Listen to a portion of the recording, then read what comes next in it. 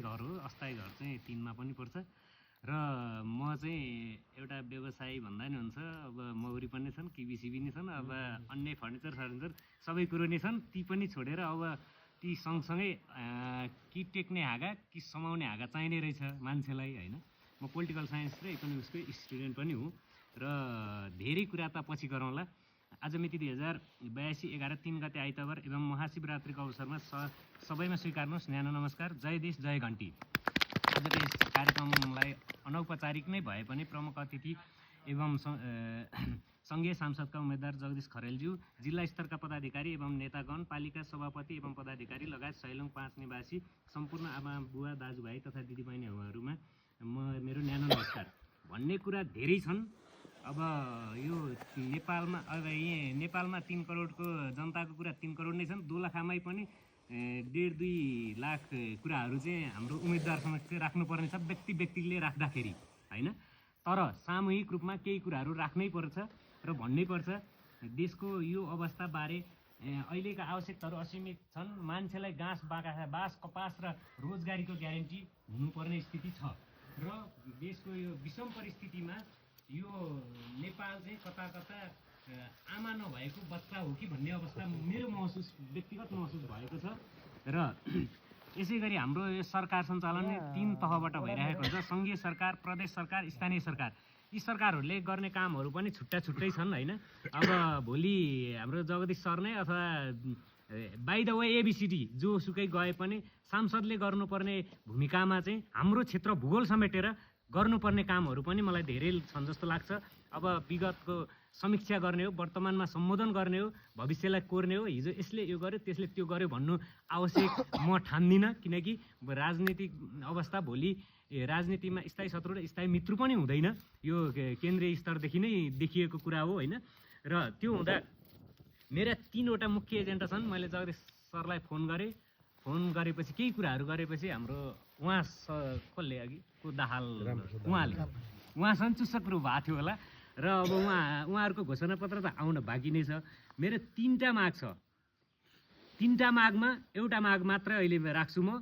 2टा माग कुनै पनि बेला त्यो संयोग पर्यो अथवा संयोग जान मिल्यो, अब यो बनेपछि एउटा सरकार बनेपछि लानेछु अथवा कुनै माध्यम लानेछु भनेर म सिधै जान नमिले नै हाम्रो जगदीश सर जानुभयो भने त सहजै हो, उहाँ माध्यमै लानेछु।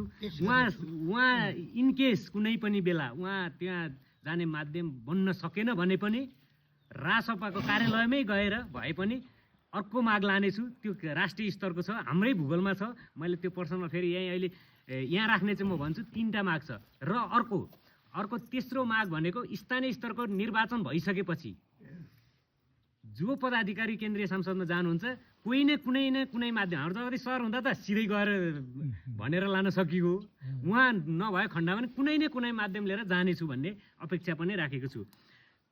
अब यहाँ अहिले हामी यति उपस्थित छौँ, सैलुङ 5 कै माग्दै गर्दा नि अब हाम्रो घरमा कसै घर दाउरा छैन, कसै घर पानी छैन, कसै घर बत्ती छैन, के छैन। यी सबै कुरा स्थानीय सरकारतिर पर्छ। अब यो पनि धेरै लामो नजाउँ होइन। फेरि एउटैले अहिले यहाँ घन्टौँ बिताइदिएपछि यो समय पनि छोटो छ होइन। त्यो हुँदा यो क्षेत्र, यो भूगोल मैले सैलुङ 5 लाई मात्र भन्दिनँ।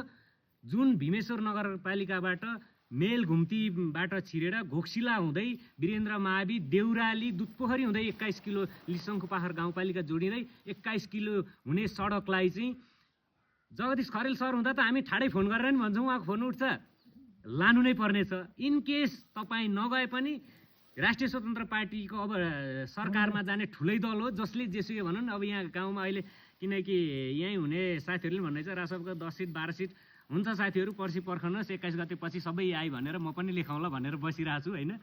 त्यो स्थितिमा हामीले यहाँबाट भोट कति पठाउनु पर्ने सक्छौँ त हामी यहाँ झर्ने भोट सबै पठाउँछौँ। हामी त्यो स्वस्तिक छापले मात्र होइन, हामी टाउकोले टेक्नेवाला छौँ। अब फेरि टाउकोले टेक्छ, अब यसले भोट हाल्नै रद्द गरिदेला भन्नु होला। यहाँ मेन्टल्ली छ क्या, दिमाग घुमाइरहेछौँ। यो म यसरी खुलेर हिँडेको अझसम्म कुनै पार्टीको झन्डा नि बोकेको छैन। र मे 12 2022 मा 23 मा स्थानीय स्तरको चुनाव भयो। मैले त्यही बेला लेखेर हालेको छु। मेरो प्रोफाइल बलराम कार्की छ, बुझ्नेहरूले खोलेर हेर्न सक्नुहुन्छ होइन। स्वतन्त्र उम्मेदवार दर्ता गरिएन तर स्वतन्त्र मताधिकार प्रयोग गर्न पाइन्छ कि पाइँदैन भनेर स्थानीय तहको निर्वाचनको अघिल्लो दिन हाल्ने व्यक्ति मै हो सैलुङ 5 बाट। र साथीहरूले कतिले खिसिटिउरी गरे, कतिले वार लिए, त्यस्तो च्यालेन्ज म सबै कुरामा गर्ने मान्छे नि हो फेरि। र फेरि त्यही मे 12, 2023 मा पनि अर्को स्ट्याटस हालेको छु मैले, नेपालमा अब लट्ठी टेक्दै सुई लगाएर घन्टी बजाउनु पर्छ भनेर मेरो प्रोफाइलमा खोलेर हेर्नुहोस्, तल गएर भेट्नुहुन्छ यहाँहरूले। त्यो अवस्था नेपालमा अहिले सिर्जना भइसकेको छ। जस्तै लट्ठी टेक्दै सुई लगाएर घन्टी बजाउनु पर्छ। हिजो केन्द्रीय स्तरमा टकराव दिने ती हाम्रा अग्रजहरू सबै एकै ठाउँमा आइसक्नु भएको छ होइन।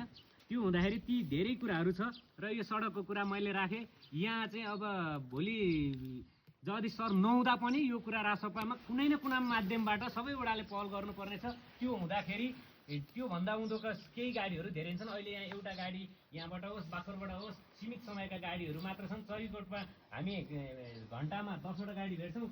यो क्षेत्रमा बिहान 7 बजे गयो नत्र छुट्छ। किनकि त्यो रोड पिच भयो भने कम्तीमा नै 12-15 किलोमिटर छोटो दूरी पर्छ, एउटा गाडीहरूलाई नै फाइदा हुन्छ। अर्को विकल्प भनेको गाडीहरू यो वे हिँड्यो भने हाम्रा यहाँ भएका खेतबारीमा भएका साग तरकारी दुनियाँ कुरोहरू चाहिँ सहजै पुर्याउन सजिलो हुन्छ भन्ने नै लाग्छ। त्यसै गरी उहाँ हजुरले जोडिसक्नुभयो धेरै कुरा। जसले जे भने पनि म अहिले राजसभामा आएको छु। आजसम्म झन्डा बोकाएको छैन, म झन्डा बोक्नेवाला छु। यो पनि केही महिना अगाडि मैले हालेको थिएँ। केही साथीहरू एमाले, काङ्ग्रेस, माओवादी अथवा अन्य साथीहरूले नै आउन स्वागत नै गर्नुभएको थियो। मैले खुलेर राखेँ। मैले त्यति बेला के भने प्रत्यक्ष मत राख्न सक्नेले म्यासेन्जरमा कमेन्टमा राख्नुहोस्, नसक्नेले पर्सनलमा राख्नुहोस्, किनकि नखुल्ने मान्छे नि हुनुहुन्छ कतिपय होइन। त्यो भन्दाखेरि दुवै तर्फको त्यो पनि आकलन गरेँ, त्यो पनि मैले त्यसमा पनि डिटेल अध्ययन गरेँ। र मलाई चाहिँ अरूले पनि केही साथीहरूले आउनुहोस् नि भन्नुभयो, तर आउनुहोस् भनेर कसैले 1 कप चिया खुवाएर कसैले 1 रुपियाँ दिएर आएको होइन। मेरो मनले सोच्छ हिसाबले राजसभामा आएको छु र अब यो राजसभामा आएर नि कुनै पनि पद कुनै पनि बेला दिनु परेको खण्डमा मलाई बोलाएर होइन कि त्यहाँ कम्पिटिसन प्रतिस्पर्धाको माध्यमबाट मात्रै लिनेछु र जानेछु भन्ने मेरो अपेक्षा हो। चाहे वडामा होस्, चाहे कुनै पनि बेला होस् होइन। र त्यसमा मलाई टिके प्रथाले कसैले काहीँ पनि दिनु पर्दैन। त्यो प्रतिस्पर्धामा जाने। अब सैलुङ 5 मै धेरै काम गर्न बाँकी छ। धेरै भनेको जस्तो अब आजकै कार्यक्रम पनि अलिकति छिटो। अब नेपाली समय के हुन्छ नि, हरेक कार्यक्रम चाहिँ हामीले 10 बजे भन्यो भने 11 बजे आउने हुन्छ होइन। कतिपय फोन, कतिपय म्यासेज, कतिपय कुराहरू मैले यहाँ जुन दिन मेरो मनले आबद्ध भएदेखि यति लागि परेको छु कि अब कसरी हुन्छ। अब त्यो हिसाबमा अब कार्यक्रम अलि ढिलो हुन गयो। उहाँहरू फेरि रुद्र मामालाई चाहिँ समयमै आइपुग्नु भनेको थिएँ। त्यसै गरी जसले जे भने पनि राजामा पृथ्वीनारायण शाहलाई म राजै मान्छु, काङ्ग्रेसमा बिपी कोइरालालाई हेर्नु काङ्ग्रेसै मान्छु। भोलि नेकपा एमालेलाई म मनमोहन अधिकारी र मदन भण्डारी जस्ता नेतालाई नेता नै मान्छु म। र राजसभामा त अहिले हेर्नु देशमा 165 प्रत्यक्ष आउनु पर्नेमा यहाँ 565 छन्। नाम लिनै सक्ने अवस्था छैन। त्यस्तै दोलखामा पनि जगदीश खरेलको अब धेरै बयान गर्नु पर्दैन होइन। फेरि यहाँ चाहिँ के छ भने समाजमा बयान गर्ने उचालेर पछार्ने प्रथा छ। हेर्नु हामीले विगतका राजनीतिक दलहरूको यो भूमिकाहरू देखाएको छौँ। र म योभन्दा अगाडि राजसभामा यो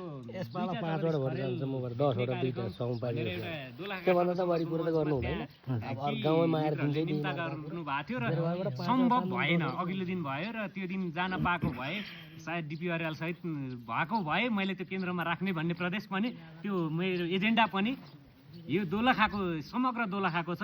अघि मैले जुन राखेँ यो घोक्सिला यहाँ हुँदै यो सडक कुनै पनि हालतमा पिच हुनुपर्छ।